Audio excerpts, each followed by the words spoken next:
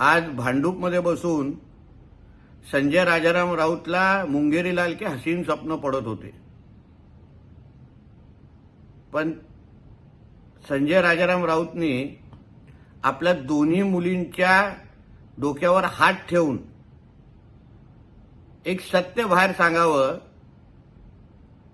की उद्धव ठाकरेच्या नावाला सर्वात मोठा विरोध हा संजय राजाराम राऊतचाच होता. ज्याला कुठला अनुभव नाही, ज्याला पक्ष चालवता येत नाही, त्याला तुम्ही मुख्यमंत्री कसं करता हे तुम्ही शरद पवार साहेबांना विचारलं नव्हतं का?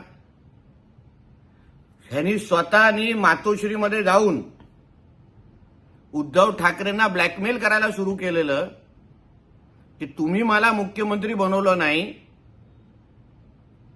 तर मी मातोश्रीतल्या आतल्या बातम्या बाहेर सांगेन, तुम्ही बाळासाहेबांची प्रॉपर्टी कशी हडप केली ह्याचे कागदपत्र बाहेर देईन, असं ब्लॅकमेलिंग आणि धमकी संजय राजाराम राऊतनी उद्धव ठाकरेला दिल्या नव्हत्या का?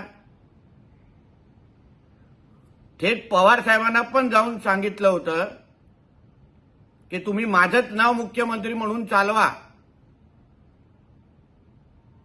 असा आग्रह धरला नव्हता का? सामनाच्या कार्यालयातून किती आमदारांना फोन गेले होते की संजय राजाराम राऊतचं नाव तुम्ही मुख्यमंत्री पदासाठी सुचवा. कुठले ब्लॅकमेलिंग आणि धमक्याचे धंदे सुरू केलेलेस?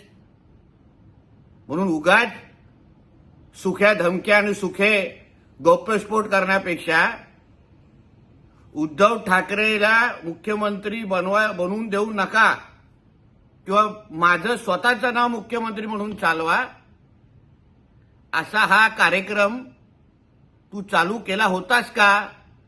याबद्दल थोडं संजय राजाराम राऊतनी हाही गौप्यस्फोट करावा.